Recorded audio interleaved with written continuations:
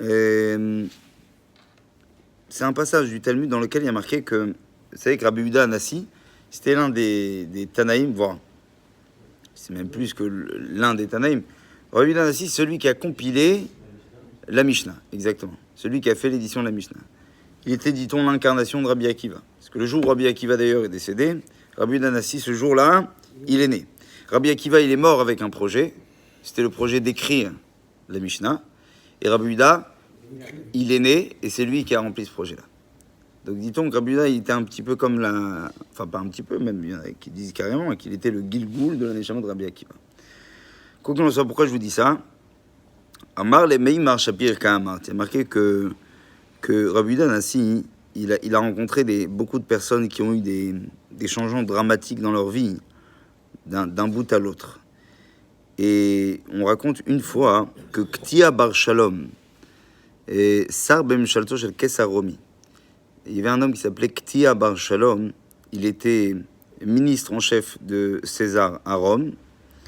Il a réussi à cet homme-là, les Shachnea et Amelech Levatel Xerato Lashmit Yehudim. Ce type qui s'appelait Ktia Bar Shalom, donc il était de la communauté, il était très bien placé au Sénat. Et lui, il va réussir à convaincre César, à l'époque, de ne pas détruire et exterminer les Juifs. D'accord?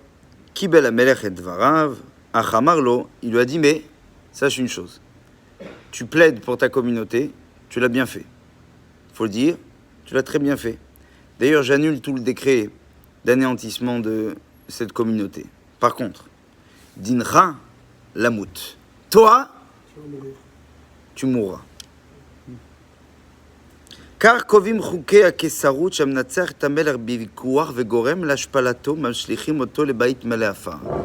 À l'époque, c'était la coutume des Romains que si une personne réussissait à convaincre le roi, quelque part, il avait réussi à rabaisser le roi.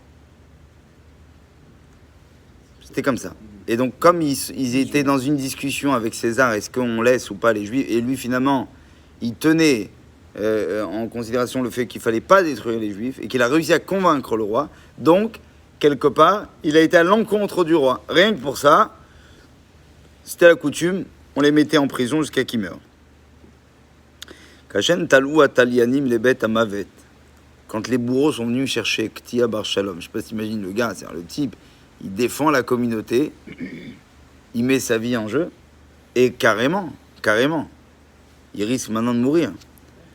On raconte que les bourreaux, ils viennent, et sur la route, quand les bourreaux, ils l'amènent vers sa dernière demeure, il y a marqué qu'il y a une matronita romite. Matronita. Patronne romaine. Une patronne. Hein, il y en a qui connaissent ça.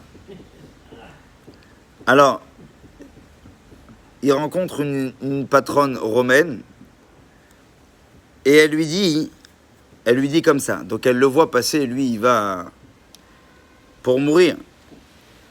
Elle lui dit Oi la sfina overet mi beli le shalem meches. Malheur au bateau qui navigue sans avoir pu payer encore ses taxes. Qu'est-ce que ça veut dire? Dit le Talmud Chaval שהוא מוסר את חייו להגנת היהודים וזכותו גדולה, אך לא יזכה לחלק עמהם מפני שאינו מהול. Qu'est-ce qui s'est passé? En fait, ce qu'elle a voulu lui dire, c'est terrible. Écoute bien ce qu'elle lui a dit. En fait, ce qu'elle a voulu lui dire, c'est tellement dommage que tu t'es sacrifié pour une communauté où toi-même tu leur ressembles pas. Ce qu'elle a voulu lui dire, c'est quoi? C'est que lui-même, il n'avait pas fait la Mila. Donc toi, tu défends des Juifs pour lequel toi-même tu n'es même pas comme, tu n'as même pas fait la Brit Mila. Comment? Apparemment, c'était connu. Qu'est-ce qui s'est passé? C'est-à-dire que tu ne pourras même pas profiter, même quand tu vas arriver au Gan Eden dans quelques instants, ils vont t'interdire l'accès au paradis. Pourquoi? Parce que tu n'as pas la Brit Mila. Alors, qu'est-ce qu'il a fait? Il a pris une pierre, Mal et Tatsmo Beshinav. Il y en a qui disent qu'il a fait la Mila avec ses dents. Ne me demandez pas comment. Ah bah ma tête avec son dentier. J'ai pas pensé. Miyad umaletatsun b'shilev amar ka'et shilamti et ameches.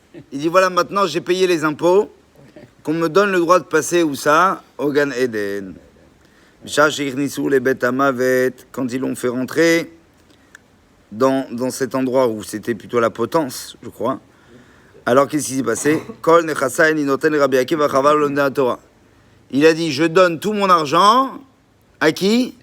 À Rabbi Akiva et ses élèves, à la yeshiva de Rabbi Akiva.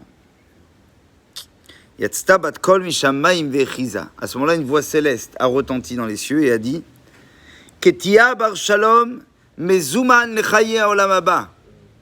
Ketia bar shalom est invité à rejoindre le monde futur.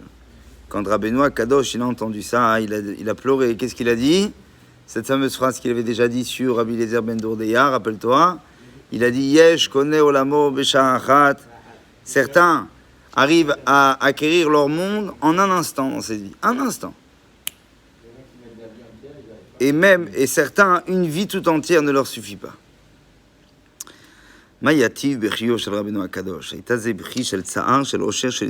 Pourquoi il a pleuré Rabbi Yehuda Hanassi?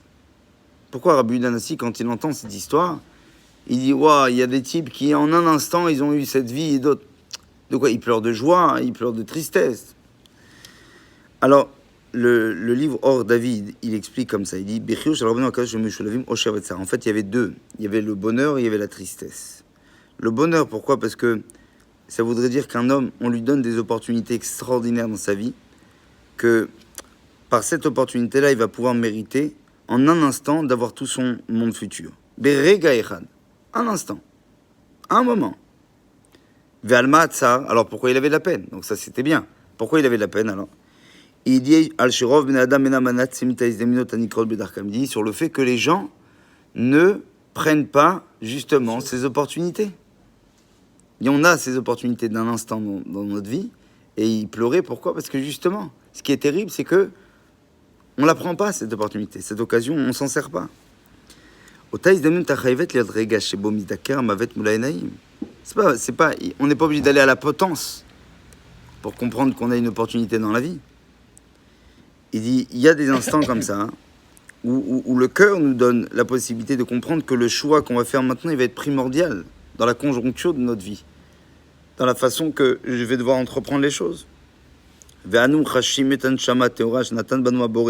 Et ça, c'est des sens qui ne trompent pas, qui sont dans la neshama d'un être humain. Et il dit,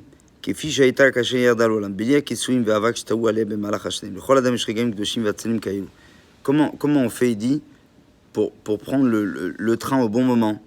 Il dit, il faut être ce qu'on appelle un Baal Ratson.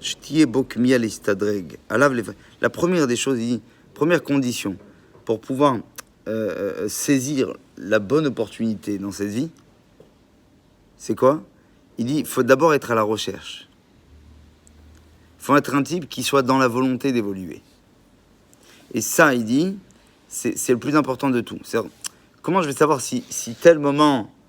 Il y a beaucoup de gens qu'on leur dit, on leur donne des occasions dans la vie, qu'est-ce qu'ils disent? Ils disent, non, ça va, je t'en prie, regarde, je suis bien, je vais pas me prendre la tête maintenant, pourquoi tu veux que je fasse ça? Je vais rentrer dans des problèmes, ça va être compliqué, laisse tomber.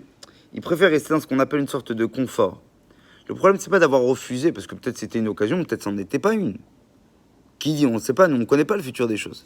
Par contre, il y a une chose qui est sûre et certaine, c'est que tant que tu l'as pas essayé, tu peux pas le savoir. Mais c'est qui essaye ces opportunités dans la vie? Seul celui qui, au fond de lui, il est dans une volonté, dans un dynamisme d'évolution. C'est quelqu'un qui tente d'évoluer. Il est perpétuellement dans la volonté de dire, allez, il faut être mieux. Cette année, je ferai mieux que l'année dernière. On ne dit pas s'il y arrive, on n'a pas parlé de résultats. Mais on parle de quelqu'un qui, au départ, c'est un Baal Ratson. C'est un fonceur, exactement. Bechof Hayam, il dit, à la plage, Efshar la'afrin ba'em begol sha'galim, ceux qui surfent, em omdim druchim ala nilshan hakatan shelahem, ils sont debout sur une planche. Yedehem loftot et achavalim, raglehem tofsot bagalshan, ve mamtinin legalatov. Il dit, ces surfeurs, ils sont dans la mer et ils sont là, en train de, comment on dit en français déjà, pagayer, non, Pagayer. pagayer, voilà. Et ils attendent, non, ils attendent quoi? Ils attendent la bonne vague. Ouais. Ils sont à l'attente de la bonne vague. Raglé, Mtovsot Bagalshan, il dit les pieds sont accrochés à la planche.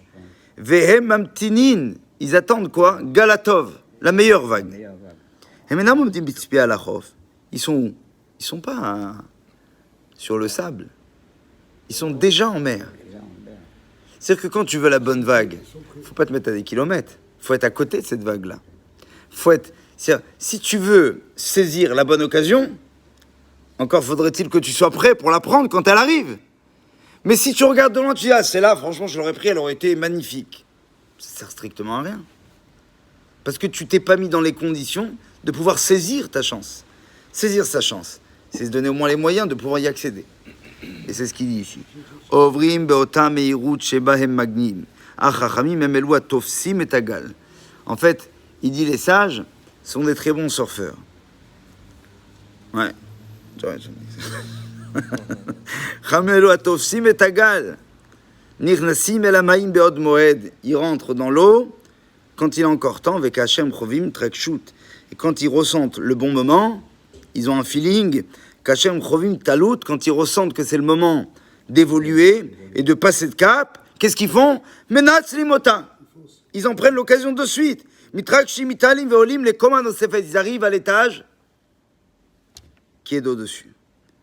Ayom yom acher Rosh Hashanah, quand on est après Rosh Hashanah et qu'on fait une sorte de cheshbon, de compte un petit peu, alors il dit, c'est le moment où on est justement dans cette mer géante et on se dit quelque part qu'on se doit d'être, non pas de savoir saisir l'occasion parce qu'on ne la connaît pas, mais au moins d'en être pleinement conscient qu'on peut être en mesure de la saisir toutefois quand elle arrivera. Vous voyez ce que je veux dire? Et comment on sait? C'est que seulement si on y a accroché une sorte de sensibilité. Cette sensibilité, c'est ce qu'on fait en prenant Torah, en mettant les tefilines tous les jours, en faisant des tzedaka. C'est se mettre quelque part dans l'eau, ou quelque part on est à même de pouvoir comprendre, et on ne comprend pas parfois certaines décisions des autres êtres humains. Mais seulement celui qui, lui, ressent les choses, même s'il ne sait pas l'expliquer, il te dira « je savais que c'était le bon moment ». Pourquoi? Il l'a ressenti profondément. Sa neshama. Alors, il faut brancher sa neshama, qu'elle soit prête tout simplement à évaluer la bonne vague, pas la vague de Covid, Ras Shalom, mais la bonne vague, celle qui nous permet d'évoluer dans tous les sens du terme. Amen, Kenny Ratson.